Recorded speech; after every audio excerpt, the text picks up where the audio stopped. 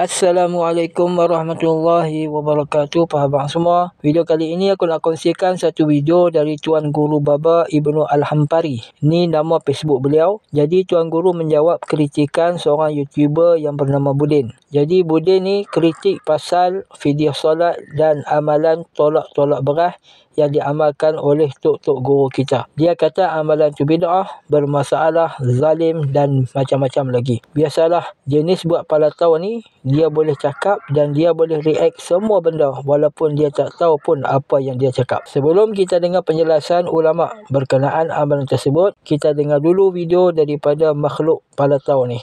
Sahabat-sahabat, telah bertahun-tahun di Malaysia, sebahagian kecil umat Islam telah mengamalkan bayaran fidyah tolak-tolak beras. Sekalipun upacara ini sudah hampir-hampir hilang, tetapi video yang kita tonton ini menjadi bukti bahawa ia masih sedang diamalkan di negara kita. Dahulu saya juga ada react berkaitan tentang isu fidyah salat ini, tetapi hanya mengkhususkan pada perselisihan ulama tentang hukum fidyah salat. Tetapi kali ini kita selidiki isu tolak-tolak beras pula. Apa yang mereka lakukan itu bukanlah hasil daripada kejahatan yang nyata, tetapi ia timbul kerana kasihan dan rasa cinta kepada si mati. Boleh jadi waris masih berfikir bahawa amalan-amalan si mati yang lalu masih boleh ditebus dengan usahanya, maka dia lakukan sesuatu yang dianjurkan juga oleh agamawan yang ada di sekitarnya. Boleh jadi agamawan itu adalah ustaz, imam, bilal, orang agama, orang baik dan seumpama dengannya. Pun begitu, setiap kecintaan perlu dilapisi dengan ketaatan dan etika agama. Jika tidak, ia akan terperangkap dalam perangkap iblis. Sahabat-sahabat, mengapa upacara tolak-tolak beras fidyah salat ini bermasalah? Sekiranya kita tangguhkan dulu faktor-faktor yang lebih kritikal yang menyebabkan amalan ini dianggap bercanggah dengan agama, kita perhatikan dulu sifat luaran bagi amalan ini. Pertama, upacara tolak-tolak beras ini kelihatan sengaja menyusah-nyusahkan sesuatu yang tidak susah pada agama. Bahkan haji yang diwajibkan dalam rukun Islam itu juga tidaklah diberat-beratkan sehingga sebegini rupa. Jika dijadikan contoh yang kita tengok tadi sebagai sandaran, kiraan akhir bagi nilai berat beras yang perlu dikeluarkan oleh si mati tadi adalah 70,200 kilo yang senilai RM238,080 perlu dibayar apabila ibu dan ayah kita meninggal dunia. Ia adalah satu kezaliman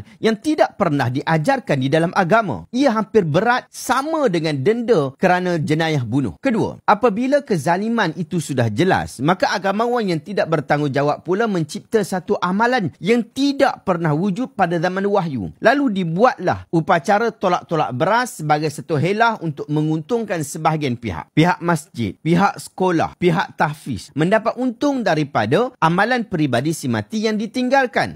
Baik, sekarang kita tengok video Tuan Guru dengan penjelasan berdasarkan kitab ulama fiqh. Assalamualaikum warahmatullahi wabarakatuh. Bismillahirrahmanirrahim. Alhamdulillahirabbil alamin. Wassalatu wassalamu ala asyrafil anbiya'i wal mursalin wa ala alihi washabihi ajma'in. Amma ba'd. Alhamdulillah. Hari ini saya nak respon satu isu berkaitan dengan fidyah solat yang dilakukan oleh tok-tok guru kita dulu yang dan disambung oleh generasi sekarang dengan cara menolak beras, tolak menolak.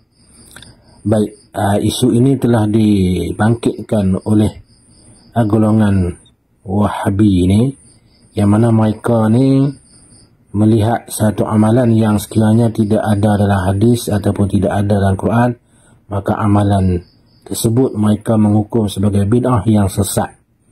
Jadi bagi kita ahli sunnah wal jamaah, dalil kita ataupun sumber kita bukan hanya sekadar Quran dan sunnah. Kita menambah dua lagi sumber kita, iaitulah ijma' dan qiyas. Baik, kita lihat pula dalam kitab Hasyiah Ibnu Abidin, nama dia Raddul Muhtar ala Durril Mukhtar, juzuk yang keempat. Okey, muka surat berapa? Muka surat 453. Samalah macam lah yang anak cerita tu. Tulis tu. Walau mata wa alaihi salawatun faidatun wa awsa bi kafaratin yu'ta li kulli salatin. Tu ada semua tu. Okay, jikalau mati seorang walai salawatun dan terdapat ada atasnya sembahyang faidatun yang luput, dia tidak sembahyang lah dan tak ada qada. Wa awsa bil kafarah dan dia mewasiat dengan supaya buat kifarat. Yu'ta li kulli salatin, diberi bagi tiap-tiap sembahyang nisfu sa'in min burrin, setengah gantang daripada gandum. Okey, maknanya tengok burrin dari ni apa dia? Ai aw min daqiqihi, daripada tepungnya, aw sawiqihi, aw sa'u tamrin, aw zabib. Okey, itu boleh ikutlah. Kalau kita ni bekah lah. Kalau kita guna bekah. Kita tak ada gandum dah, tapi kita bukan makanan kita. Baik. Walau lam yatruk malan, dan jika si mati itu tidak meninggalkan harta, dia mati tak ada harta apa, yastaqridu warisu nisfa sa'in masalan, menuntut hutang, minta hutang oleh warisnya setengah gantang masalan. Wa yadfa'uhu li faqrin, dan menolak memberi akan setengah gantang tadi li faqrin bagi orang fakir ataupun orang miskin. Summa yadfa'uhu al-faqiru liwarisi, kemudian memberi balik akan senggantang tu oleh fakir kepada waris. Summa wa summa hatta yatimma. Lepas tu buatlah macam tu. Bagi balik, waris bagi kepada si fakir bagi balik. Lepas tu waris bagi pula, mana hebah pula. Lepas tu si waris hebah kepada si fakir hebah balik. Sampailah sempurna bilangan sembahyang yang ditinggal tu. Berapa cupak, berapa gantang nak kena bagi.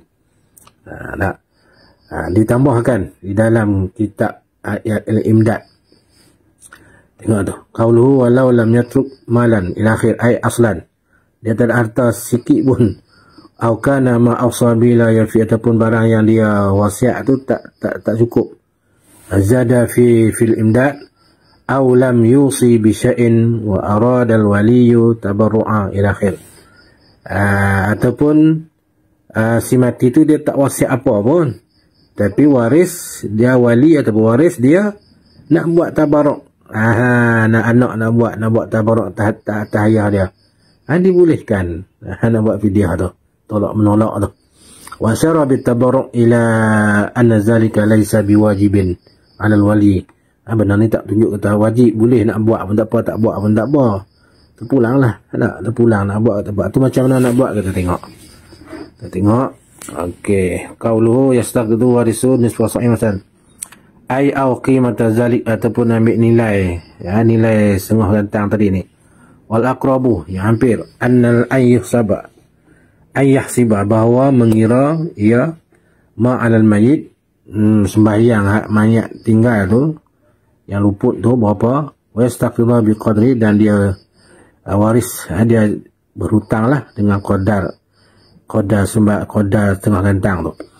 Macam mana? Bi an yuqaddira an kulli syahrin aw sanatin aw yahsiba muddatu umrihi ba'da isqatis 12 sanah li zakari wa 9 sinin lil unsa.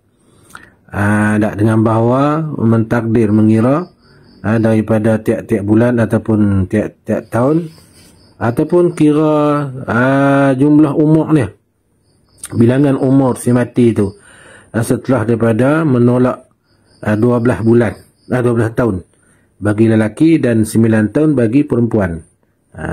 Tolak. Lepas tu ambil lah jumlah pengiraan umur tadi tu. Kemudian ni tak perlu baca yang ni, tak perlu, kita ambil poin dia saja. Walikul syahrin 40 muddah, dan bagi tiap-tiap bulan 40 cupak. 40 cupak. Mana kalau 40 cupak satu bulan, 40 cupak satu tahun, 480 cupak. Tu lepas tu wazalika nisfu ghirarah. Demikian itu kalau terhimpun balik 40 cupak tu, bolehlah setengah guni. Likulli sanatin samsiatin situ ghirair.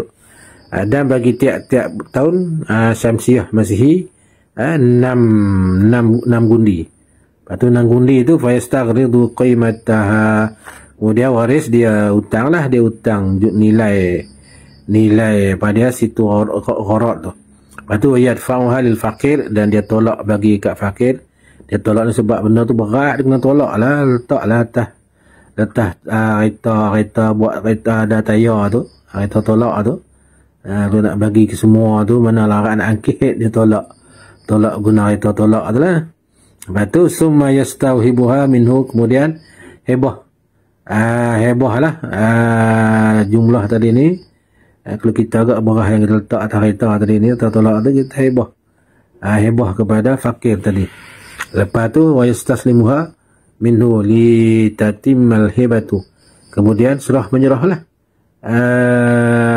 apa dia 6 gundi tadi ni yang letak atas kereta tu, serah pi hang bagi kat aku bagi kat hang, nak waris hebah kepada fakir hebah balik dengan niat fidyah lah, supaya menyempurnakan hebah tadi.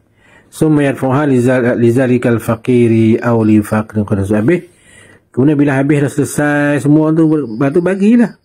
Ada berah tadi ni, gandum kah berah kah, kita berah lah, bagilah kepada fakir ataupun fakir yang lain, boleh, tak ada masalah. Okey, situ saja. Ini menunjukkan kepada kita bahasanya fidyah yang kita lakukan itu satu perkara yang boleh, perkara yang harus. Maka kalau kita nak rot ataupun nak kita nak buat penerangan kepada masyarakat, kepada orang awam, janganlah kita berak sebelah. Jangan kita berak sebelah, kita mengatakan benda ni fidyah tolak menolak ni satu perkara yang satu perkara yang bid'ah dalalah. Jangan macam tu. Benda ni dibahas oleh ulama.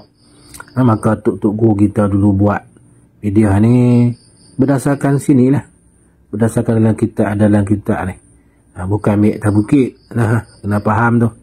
Ini satu perkara yang siapa nak buat, siapa tak mau buat, pulang. Bukan benda wajib, bukan benda wajib dah. Benda ni benda harus nak buat. Tak boleh nak buat.